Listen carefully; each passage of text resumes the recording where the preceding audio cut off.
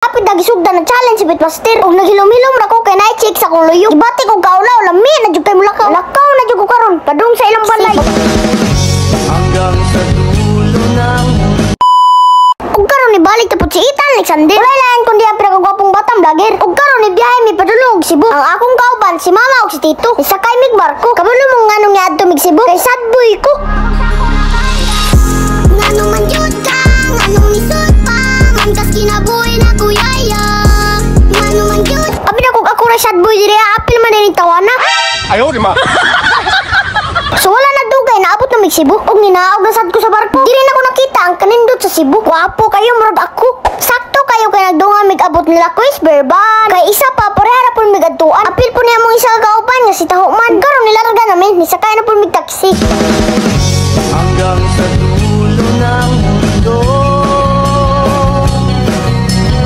Og karon naabot na jud mi sa balay nila Bitmaster. Pero tinagungkol ba kay ang gwardiya perting suga. Wa pa gani mi nakasulod, murag mamaak na. Og karon nakita jud ako si Bitmaster sa personal. Kay sa una sa video ron ako siya makita. Batok sa wifi ya, magsige pa jud ko kadagma.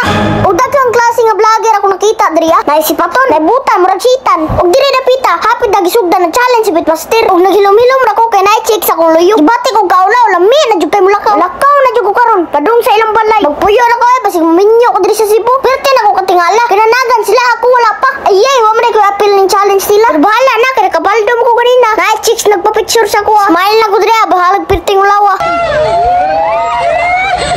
Di ta mabiga-biga, focus ta sa challenge. Bahala ko tilabot, maningkamot ang tanaw. Di rin nyo makita ang kalisod sa mga challenger. Parin kami. Dating sa pagkain. Dating sa pagkain, wala na.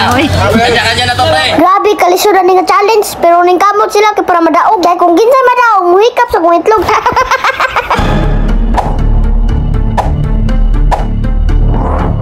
For 20,000 pesos! Pera o kahon? Kahon! Kahon!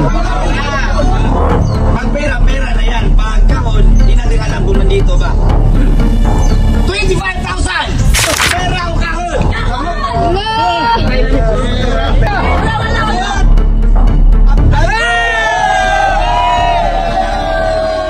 Kinsa siya?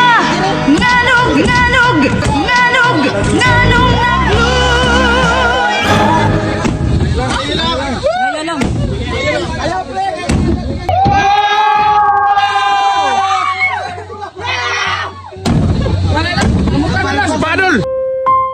Grabe niya hilata, kaya di siya katuong, nadaog siya. Mana nak? Tak binasa tu anak.